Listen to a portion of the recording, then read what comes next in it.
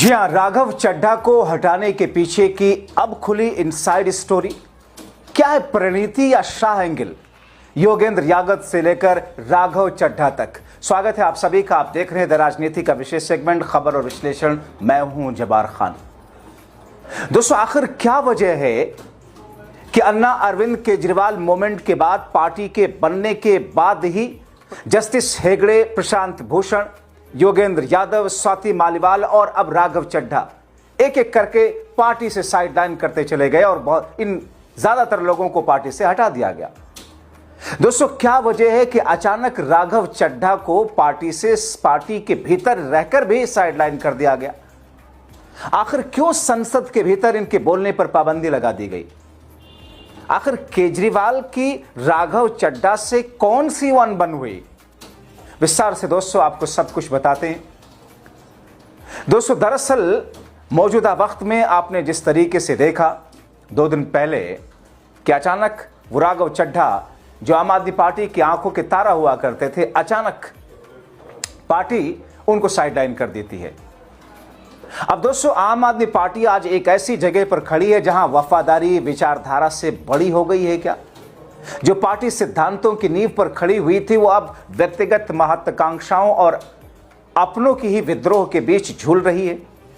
राघव चड्ढा का खामोश अलगाव महज एक दूरी नहीं, बल्कि उस पैटर्न का हिस्सा है जिसने योगेंद्र यादव से लेकर स्वाति मालीवाल, जस्टिस हेगड़े, प्रशांत भूषण सबको, और मुफ्ती शमून जो कि एक वक्त में अन्ना अरविंद के साथ में जुड़े हुए थे, सब कुछ इन सब को किनारे लगा दिया गया। कहने वाले तो बहुत सारी बातें कहते हैं कि साहब कुमार विश्वास सबसे तगड़ा नाम, जिस कुमार विश्वास को पार्टी से साइडलाइन किया गया और मजबूरन उनको अलग रास्ता अपनाना पड़ा, तभी कुमार विश्वास ने भविष्यवाणी कर दी थी राघव चड्ढा को लेकर के। हालांकि कहने वाले तो अरविंद केजरीवाल और राघव चड्ढा की रिश्तेदारी ना होने वाली बात भी बहुत सारे तरीके से कहते हैं। लेकिन दोस्तों, राजनीतिक धोखे अक्सर शोर मचाकर नहीं आते। सबसे ज्यादा चुभने वाले विश्वासघात वो नहीं होते जिसके आहट पहले से सुनाई दे जाए। जब कोई वैचारिक विरोधी दुश्मन बन जाए या कोई प्रतिद्वंदी चाल चले तो एक तसल्ली रहती है कि ये तो सियासत का पुराना नियम है। लेकिन सबसे गहरा दुख तब होता है जब कोई वफादार चुपचाप दूर होने लगता है। वो पीठ में छुरा नहीं घोंपता, वो बस साथ देना छोड़ देता है। वो धीरे धीरे अपनी राह को जुदा कर लेता है और एक दिन दूसरी तरफ खड़ा नजर आता है। तो क्या यही राघव चड्ढा की कहानी है और यही अरविंद केजरीवाल की नियति है और यही आम आदमी पार्टी का अब तक का सबसे मानवीय लेकिन कड़वा अध्याय भी? आम आदमी पार्टी में राघव चड्ढा का उदय किसी फिल्मी पटकथा जैसा था दोस्तों। कैसे हुआ आप जानते हैं। लेकिन दोस्तों, क्या यह महज इत्तेफाक है कि जिस वक्त अन्ना हजारे अरविंद केजरीवाल का मूवमेंट शुरू हुआ, क्योंकि मैं गवाह हूं दोस्तों, जब महाराष्ट्र के रानीगढ़ सिद्धि से अन्ना हजारे दिल्ली इंदिरा गांधी एयरपोर्ट पर पहुंचे, इंदिरा गांधी एयरपोर्ट से लेकर के और आज तक आम आदमी पार्टी अरविंद केजरीवाल ने क्या कुछ किया, मैं हर उस बात का गवाह हूं।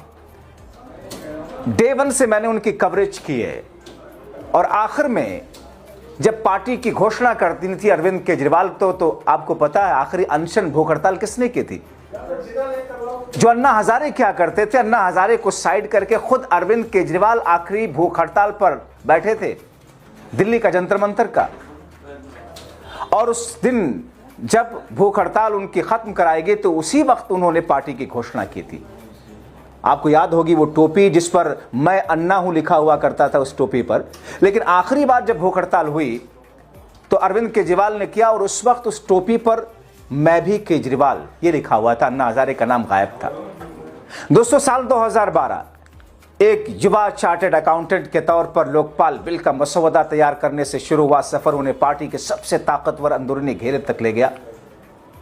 चड्ढा सिर्फ एक चेहरा नहीं थे, केजरीवाल का भरोसा थे। उनकी सगाई अभिनेत्री परिणीति चोपड़ा के साथ कपूरथला हाउस में हुई, वो जगह जो पंजाब के मुख्यमंत्री का आधिकारिक आवास है। अब आप सोच सकते हैं कि बतौर मुख्यमंत्री पंजाब के भगवंत मान मुख्यमंत्री का आधिकारिक आवास अरविंद केजरीवाल की मर्जी के बिना कुछ हो जाए, नहीं हो सकता है। अरविंद केजरीवाल की मर्जी से उनके आवास पर राघव चड्ढा और परिणीति चोपड़ा की सगाई हुई थी, मुख्यमंत्री आवास पर। खुद अरविंद केजरीवाल ने वहां मौजूद होकर के इस रिश्ते को अपनी स्वीकृति दी थी। यह किसी बॉस का अपने कर्मचारी के प्रति व्यवहार नहीं था, एक बड़े भाई का संदेश या फिर ये मेरा अपना है वाला था। लेकिन आज वही अपनापन एक रहस्यमय खामोशी में बदल चुका है। दरार तब ज्यादा देखी जब केजरीवाल जेल में थे और पार्टी को अपने सबसे प्रखर वक्ताओं की जरूरत थी। उस समय राघव चड्ढा आंख की बीमारी का हवाला देकर लंदन चले गए। पार्टी के गलियारे में चर्चा आम हुई कि अब सबसे कठिन समय आया, तो उन्होंने आंदोलन के बजाय खुद को चुना। वापसी के बाद भी उनकी चुप्पी नहीं टूटी। यहां तक कि शराब नीति मामले में केजरीवाल को मिली राहत पर भी उनकी ओर से वो उत्साह नहीं दिखा जिसकी उम्मीद की जा रही थी। कौन सी तकलीफ थी राघव चड्ढा की, या फिर राघव चड्ढा को केजरीवाल से कौन सी तकलीफ हुई थी? माना कि केजरीवाल की प्रवृत्ति उस किस्म की है जिसकी व्याख्या कुमार विश्वास कई बार कर चुके हैं कि साहब अपने सामने किसी को मजबूत तौर पर ठहरने नहीं देते हैं। और होता है, ये राजनीति में होता है, फील्ड में होता है। लेकिन दोस्तों, किसी किसी के साथ ज्यादा होता है। केजरीवाल उन्हीं में से एक है।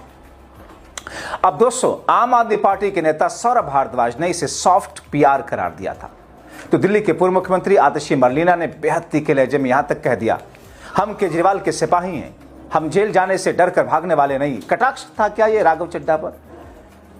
यह मामला सीधा था और निशाने पर राघव चड्ढा थे। केजरीवाल की राजनीति की सबसे बुनियादी मांग समर्पण है। यहां आप अपनी निजी पहचान को नेता के नैरेटिव में इस तरीके से विलीन कर देते हैं कि आपके अस्तित्व का एकमात्र पर्याय केजरीवाल बन जाता है। अब दोस्तों, जैसे प्रधानमंत्री नरेंद्र मोदी चौकीदार चौकीदार का नारा दिया, मैं तो देश का चौकीदार हूं, और राफेल के मुद्दे पर जब इस बात को लेकर के ये हुआ कि साहब जो मनमोहन सिंह की सरकार में जो राफेल सस्ते में खरीदे जाने थे उसे मोदी सरकार में कई गुना ज्यादा महंगा क्यों खरीदा गया, और उसमें बड़े भ्रष्टाचार की बात सामने आई, विपक्ष ने उठाया। और फिर राहुल गांधी ने दोस्तों चौकीदार चोर है का नारा दिया प्रधानमंत्री नरेंद्र मोदी को लेकर, क्योंकि वो खुद को चौकीदार बताते थे।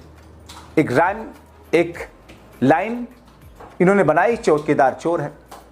और फिर उसके बाद पूरा भारतीय जनता पार्टी का खेमा, सारे नेता सबने अपने ट्विटर हैंडल के बायो में लिखना शुरू कर दिया, मैं भी चौकीदार, मैं भी चौकीदार। हालांकि उस वक्त राहुल गांधी से एक चूक हुई, उन्होंने कहा कि अब तो सुप्रीम कोर्ट ने भी मान लिया कि चौकीदार चोर है, जो कि सुप्रीम कोर्ट के हवाले से उनको नहीं कहना था, नहीं कह सकते। और इसी बात पर सुप्रीम कोर्ट में उन्होंने माफी मांगी कि सुप्रीम कोर्ट ने नहीं कहा। लेकिन भारतीय जनता पार्टी और उनके पूरे गोदी मीडिया ने किस तौर पर फैलाया भ्रम कि देखो राफेल के मामले पर सुप्रीम कोर्ट में राहुल गांधी को लताड़ लगी और सुप्रीम कोर्ट में माफी मांगी राहुल गांधी ने, राफेल के मामले में नहीं मांगी थी। वो तो मोदी को चौकीदार को चोर कहने को सुप्रीम कोर्ट के हवाले से कह दिया था, इसलिए माफी मांगनी पड़ी। इन सब बारीकियों को जानना चाहिए दोस्तों। जैसे वैसे ही है कि इधर से आलू उधर से सोना। आप देखिए संबित पात्रा सरीखे कई सारे प्रवक्ताओं को पूरी मीडिया ने प्रचलित कर दिया कि राहुल गांधी कह रहे हैं कितने बड़े पप्पू हैं कि इधर से आलू डालिए उधर से सोना निकलेगा। वो बात दरअसल प्रधानमंत्री नरेंद्र मोदी ने कही थी, लेकिन उसे चिपकाया गया राहुल गांधी के ऊपर। तो ऐसी हजारों चीजें हैं। अब दोस्तों, केजरीवाल ने ही राघव चड्ढा को मंच दिया, पहचान दी, लेकिन उन्होंने उसी पहचान का इस्तेमाल कर खुद को उस कद तक पहुंचाया जहां वो अब केजरीवाल की छत्रछाया में समा नहीं पा रहे। ये कोई पहली बार नहीं हुआ। अब आप देखिए, जिनका जिक्र मैंने शुरू में किया या अपने शीर्षक में किया कि योगेंद्र यादव, प्रशांत भूषण, नवजोत सिंह सिद्धू, स्वाति मालीवाल, साउथ के जस्टिस हेगड़े जो अन्ना अरविंद के मूवमेंट से जुड़े थे, और वो मौलाना साहब मुफ्ती कारी शमून, शुरू में वो भी जुड़े हुए थे, उनके ऊपर आरोप लगा कि बातें लीक करते हैं फिर हटाए गए। ये लंबी सूची है। केजरीवाल की कार्यशैली स्पष्ट है, कोई वफादार विपक्ष नहीं हो सकता, या तो आप पूरी तरीके से समर्पित हैं या फिर आप गद्दार हैं। दो ही लाइन उनकी है इस पूरी कहानी को समझने के लिए। अब दोस्तों, मैं केजरीवाल की इस लाइन को उनकी राजनीति के लिए अच्छा या बुरा नहीं कह रहा हूं, मैं कोई इसलिए उसका विश्लेषण नहीं कर रहा हूं। शायद यही उनकी मजबूती भी सबसे ज्यादा है। शायद इसी वजह से आम आदमी पार्टी बन सकी लोगों को अपने साथ लाने के लिए, क्योंकि एक चेहरे के इमोशन से सारी जनता को जोड़ा गया। और ठीक वैसा ही प्रधानमंत्री नरेंद्र मोदी के सिपह सालारों ने भी मोदी के साथ भी वैसा कराया। सब कुछ मोदी के इर्द गिर्द करवा दिया है। यहां तक कि अमित शाह जो मोदी के सबसे सहयोगी हैं, सबसे नजदीकी हैं, दोस्त शरीके हैं, वो भी पब्लिक डोमेन में कभी आपने देखा कि प्रधानमंत्री मोदी आते हैं और अमित शाह उनको एक सहयोगी की तरह ट्रीट के? कभी नहीं। आप उनको हमेशा देखेंगे हाथ जोड़े हुए खड़े रहते हैं, प्रधानमंत्री की गाड़ी का दरवाजा खोलते हैं, प्रधानमंत्री उतरते हैं तो हाथ जोड़ करके उनका स्वागत करते हैं। ऐसा लगता है कि जैसे एक पार्टी का बहुत छोटा नेता हो और एक बहुत बड़े नेता का स्वागत कर रहा है। दरअसल ये राजनीतिक स्ट्रेटेजी हैं, ये रणनीतियां हैं कि जनता में, खासतौर पर पार्टी के भीतर दूसरे लोगों में एक मैसेज जाए कि शाह साहब मोदी साहब के सामने किसी बच्चे की तरह खड़े रहते हैं। इससे एक विश्वसनीयता की डोर आपस में जुड़ती तो है ही है, लेकिन एक वेट अपने नेता के प्रति एक सम्मान और ज्यादा बढ़ता है, और उस सम्मान में कहीं ना कहीं एक डर का भाव भी पैदा करने की कोशिश होती है कि साहब यहां सर झुका करके समर्पण ही करना है, और उसी में भलाई है, उसी में फायदा है, पार्टी का भी और इंडिविजुअल स्तर पर भी। अब दोस्तों, इस पूरी कहानी को चड्ढा के समझने के लिए मार्च 2015 के उस अध्याय को याद करना होगा जब आपने दिल्ली में जीत के ठीक 1 महीने बाद अपने संस्थापकों को बाहर कर दिया था, जिसका जिक्र मैंने किया, योगेंद्र यादव, प्रशांत भूषण। राष्ट्रीय परिषद की बैठक से जिस तरीके से उनको निकाला गया, उसे उन्होंने लोकतंत्र की हत्या कहा था। मेधा पाटकर जैसे सामाजिक कार्यकर्ता ने उसी दिन पार्टी का साथ छोड़ दिया था। मेधा पाटकर, केजरीवाल ने तब कहा था साथियों ने धोखा दिया, और इसी एक वाक्य ने भविष्य की राजनीति तय कर दी थी। यानी केजरीवाल के जो साथ नहीं वो गद्दार।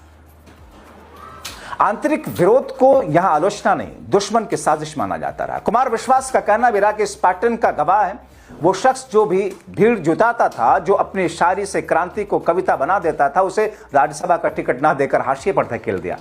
दोस्तों, 2 लोग थे, मैं पर्सनल एक्सपीरियंस से कह रहा हूं। एक वक्त था 12 का वक्त, जिस वक्त ये पूरा मूवमेंट शुरू हुआ। अरविंद केजरीवाल ऐसे किसी बहुत ही एक आम इंसान की तरह आपके आसपास पत्रकार बंधुओं के साथ, हम लोगों के साथ खड़े होकर चाय की टपरी पे चाय पी लिया करते थे। कई बार उनका इंटरव्यू करना होता था, जिस वक्त अन्ना का मूवमेंट चल रहा था, तो हम रोकते थे, सर जरा रुकिए 2 मिनट, हमारे कैमरा पर्सन आ रहे हैं कैमरा लेकर के इंटरव्यू करना। वो रुके रहते थे। आज आप मिलकर दिखा दीजिए। तो दरअसल उस वक्त एक जब सरकार में आए तो ये लगा था कि कुमार विश्वास को और मीडिया से गए हुए एक बड़े चेहरे आशुतोष को राज्यसभा का टिकट दिया जाएगा। इन 2 बातों का गवाह तो मैं भी कई जगहों पे रहा हूं, मगर क्या हुआ, दोनों को टिकट नहीं मिला, साइडलाइन कर दिया गया और दोनों उस वक्त पार्टी छोड़ दी। अब यहां काबिलियत को आमंत्रित किया जाता है, लेकिन वफादारी की शर्त रखी जाती है। दोस्तों, हर जगह वफादारी मायने रखती है, लेकिन उसका मतलब यह नहीं कि सब कुछ वही एक पैमाना हो जाए। जाहिर तौर पर लॉयल्टी सबसे पहले होती है।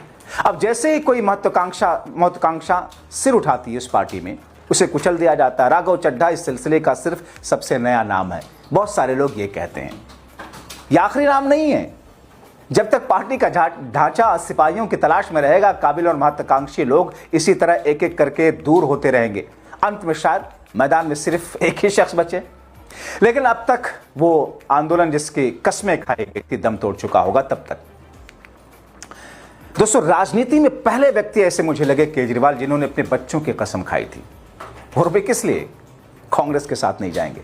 लेकिन क्या हुआ था, पहली बार जब दिल्ली में सबसे बड़ी पार्टी बनकर के उभरी थी विधानसभा चुनाव में, तो कांग्रेस के साथ ही मिलकर सरकार बनाई थी। अब मैं केजरीवाल को न सही कह रहा हूं, ना राघव चड्ढा को गलत, न राघव चड्ढा को सही, ना केजरीवाल को गलत। बिटवीन द लाइन आप अपनी राय कायम कीजिए, अपनी राय लिखें।